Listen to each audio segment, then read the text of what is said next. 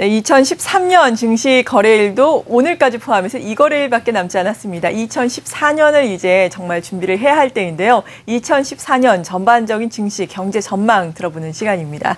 오늘 이 시간 SK증권 리서치센터의 김성욱 센터장 모셨습니다. 안녕하세요. 예, 안녕하십니까? 네, 먼저 2014년 전반적으로 증시는 어떻게 전개될 것으로 전망을 하세요? 예, 지금 내년에는 이제 보통 이제 증시 전망할 때 두 가지 얘기를 하죠.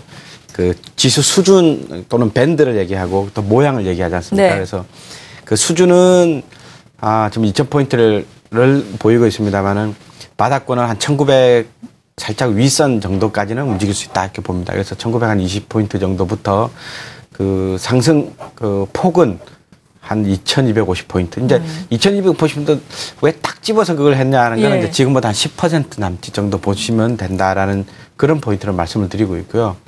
그 주가의 모양은 그 대부분이 아마 상고하죠. 그러니까 상반기에 주로 높고 하반기 때 조금 이렇게 슬로우하거나 안 좋게 보시는데 저희는 이제 상저하고의 모습의 가능성이 높다 이렇게 봅니다. 그래서 전반적으로 경기 측면이나 뭐 수급 측면에서 이제 2013년도보다 평균적으로 한 10% 정도 올라갈 것을 보고 있고요. 그리고 그 모양도 하반기로 갈수록 안정권 또는 뭐 안도 심리 때문에 좀 더 주가의 모습이 좀 더 올라갈 것 같다. 그래서 상저하고의 모습을 나타낼 것으로 예상이 됩니다. 네. 그렇다면은 어떤 것들이 이렇게 증시를 이끌어 갈 것인지, 어떤 것들로 인해서 또 상저하고가 나타나고 이에 따른 업종별 전략은 어떤 것들이 있는지 저희가 궁금한데 하나하나씩 차근차근 또 알아보겠습니다. 2014년 역시나 키워드는 좀 경기가 될 것이 아닌가 싶은데요. 선진국을 중심으로 특히나 미국을 중심으로 경기 회복이 이루어졌다면은 이것이 과연 확산될 수 있을 것인지가 관건일 것 같은데 먼저 전반적인 경기 문제는 어떻게 판단을 하세요? 예. 그 주가 이제 설명하는 요인 경기가 대표적이죠. 네. 그 수급이고 또 뭐 말씀을 또 드리겠습니다만은 뭐 아무래도 한국 주식 시장에 영향을 미치는 게 이제 글로벌 경기 중에 이제 미국을 뭐 뜸이죠. 그래서 현재 뭐 미국 시장에 대해서 지금 예상보다 조금씩 지표가 잘 나오고 있습니다라는 말씀을 드리고 있습니다. 근데 여전히 마찬가지의 모양이 나타날 것으로 예상이 되고요. 그래서 결국은 그 그러니까 미니 테이퍼링 말씀드렸죠. 미니 골디락스의 모양도 나올 수도 있다라는 정도로 말씀을 좀 드리고 있습니다. 이제 물가 부분이 좀 잡혀 있고 성장도 중급 이상의 성장이 나타날 것으로 예상이 되기 때문에 그런 표현을 좀 쓰고 있는데요. 아무래도 그 고용이라는 측면, 그 다음에 그 자산 가치 측면에서 골고루 성장을 보이고 있기 때문에 아무래도 매수 여력, 그 소비 여력이죠. 경제적인 면에서는 굉장히 좋아질 것으로 예상이 되고요. 이제 국가별로 이제 뭐 조금 점검을 해보시면 유럽 지역은 계속된 말씀이죠. 계속 좋아지고 있고, 그러니까 마이너스에서 플러스로 좋아지고 있고, 또 그 실업 데이터가 이제 더 이상 악화되지 않고, 또 디레버리지가 또 해결되고 있고 등등의 이제 좋은 뉴스들이 많습니다. 다만 이제 중국 같은 경우는 그 뭐 결국은 뭐 7% 성장을 잘 해낼 것으로 예상이 되는데 이제 그 사이에 얼마나 잘 해낼 것인가 하는 시장의 우려점은 꾸준히 등장을 할 것으로 예상이 되고요. 하반기 때 가서나 이제 좀 안정권 뭐 이렇게 시장에서 받아들여질 것으로 예상이 됩니다. 네. 그렇다면은 각국이 이렇게 경기가 개선되는 가운데 또 빼놓을 수 없는 것이 정책을 어떻게 내놓느냐 이 여부일 텐데요. 정책 측면에서는 어떤 점들을 특히나 주목을 해야 될까요? 예, 뭐 자생적 경제 성장도 중요하지만 이제 뒷받침 또는 이끌기 위해서 이제 정부에서 정책을 펴야 됩니다. 근데 정책이라 하시면 이제 대표적으로 재정 정책과 통화 정책을 들 수 있지 않습니까? 재정 정책에 근데 여력들이 많지가 않습니다. 뭐 미국은 미국대로 별로고요. 여력이 별로고요. 그래서 재정 정책은 그 부채 문제 때문에 없는데 이제 통화 정책에 이제 계속 뭐 이렇게 의지 내지는 그 기대를 많이 해야 됩니다. 그래서 통화 정책 하면 뭐 대표적인 게 내년에는 테이퍼링이 이제 본격 시행되지 않습니까? 100억 달러 줄이는 것부터 시작해서 이제 뭐 그러니까 분기별로 줄일지 매달 줄일지 그 회의 때마다 줄일지 그건 이제 시나리오 개념으로 접근해야 되는데 이제 처음에는 시장이 이제 뭐 100억 달러 줄인 거 미니 테이퍼링을 딱 해서 아무렇지도 않은 듯이 반응을 보이십니다만 이제 막상 계속 줄여 나갔을 때 과연 시장이 어떻게 영향을 미치는가에 대해서 이제 초점이 거기에 맞춰져야 될 것으로 예상이 되고요. 근데 뭐 정책이라 하면 또 유럽의 통화 정책, 유럽은 재정 정책이 이제는 더 이상 사실상 불가능하지 않습니까? 그래서 유럽의 통화 정책, 근데 뭐 기준금리 0.25%니까 낮아질 때는 낮아졌죠. 근데 비전통적인 방법으로 통화 정책을 펼 수 있는 여력이 그나마 유럽이 또 많습니다. 그래서 그런 측면에서 또 우리에게 결국은 또 플러스로 작용할 것으로 예상이 되고요.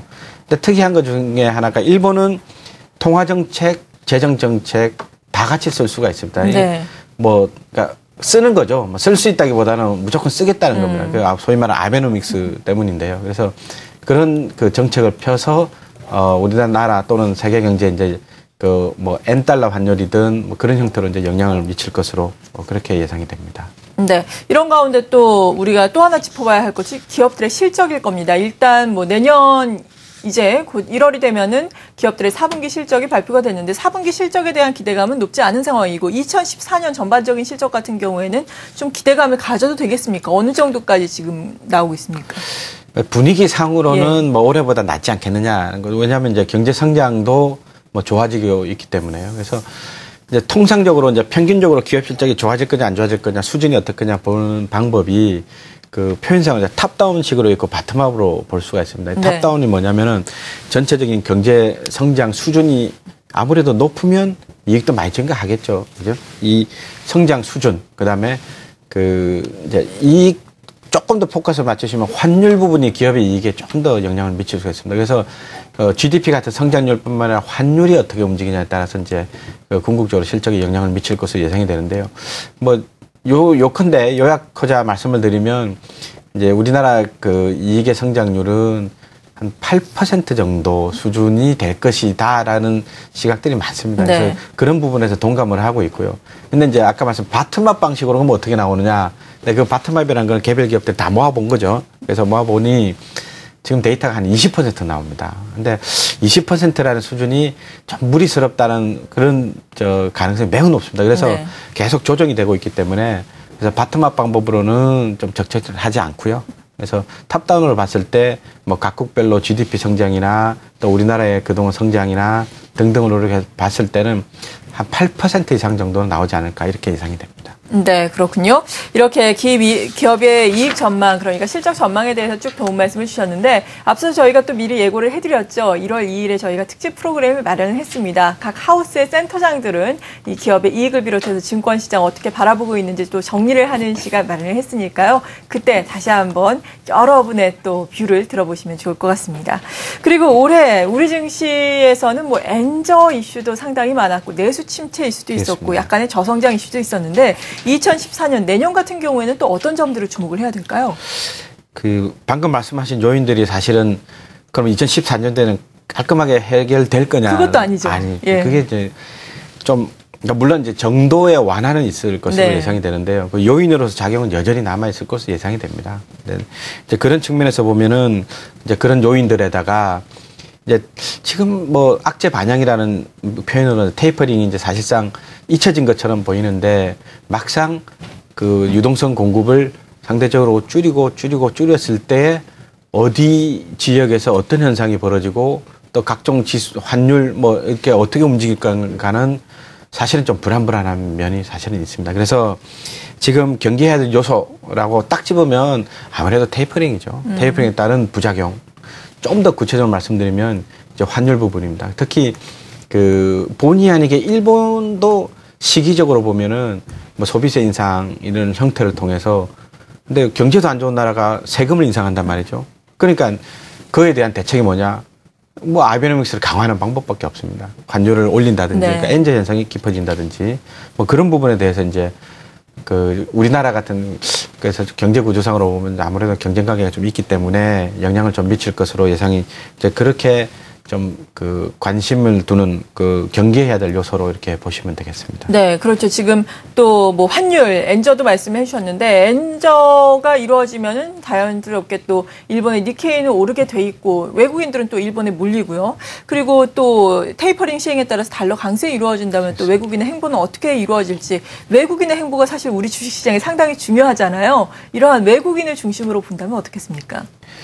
2013년도 잠깐 말씀드린 올해가 네. 참 독특한 한 해였습니다. 상반기에는 10조를 거의 10조를 팔았죠. 팔고 하반기에는 13조 정도 들어오고 뭐 이럴 정도로까지 극명한 그 시기적으로 극명한 모습을 보였습니다.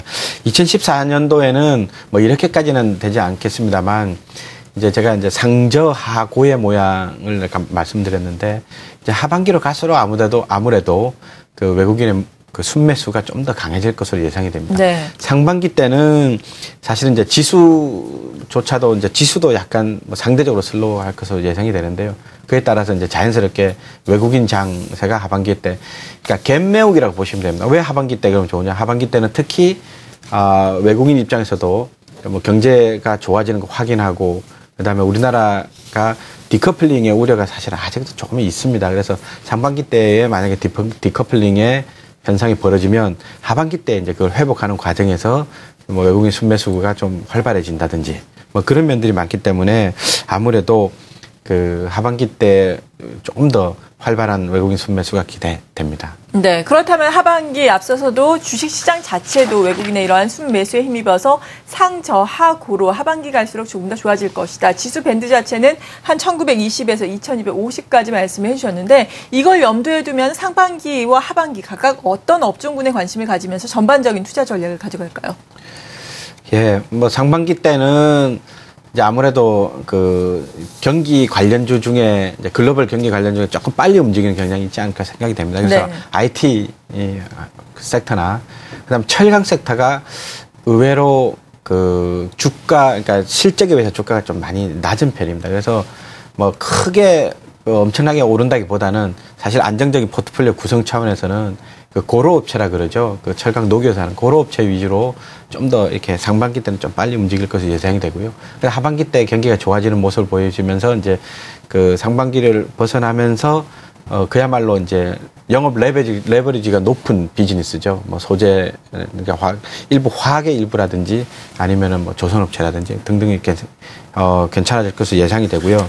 근데 전반적으로 이제 주가 수준을 보시면은 아무래도 지금 혹시 그래프 이제 보실 수 있으면 네. 좋겠습니다만은 근데 이제 그 과거 평균, 3년 평균의 밸류에이션 부분에 지금은 딱 중간점에 와 있습니다. 그래서 이 중간점에서 이제 남은 숙제는 이제 예를 들면 2250포인트라고 말씀드렸는데 그 정도가 되려 그러면 이제 중간점을 뚫고 올라가야 됩니다. 그래서 뭐 상반기 때는 이 수준 내지는 약간 상대적으로 슬로우 하더라도 그 다음에 하반기 때는 좀 올라가는 모습을 나타낼 것으로 예상이 돼요. 그래서 그 전반적으로 그 하반 경직성이 강한 모습은 여전히 사라질 것으로 예상이 되고요. 선진국은 이미 많이 올라가 있습니다. 그래서 더 올라가는 모습을 나타내기 때문에 제가 말씀드린 이제 갭 메우기 현상은 뭐 시간의 문제지 또 얼마든지 있을 수 있다 이렇게 생각해서 전반적으로 이제 저희들이 투자 전략 이렇게 삼으시면 좋겠습니다. 네, 잘 알겠습니다. 오늘 이 시간 이렇게 2014년 증시 전망 전반적으로 들어봤습니다. SK증권 리서치센터의 김성욱 센터장이었습니다. 감사합니다. 네, 감사합니다.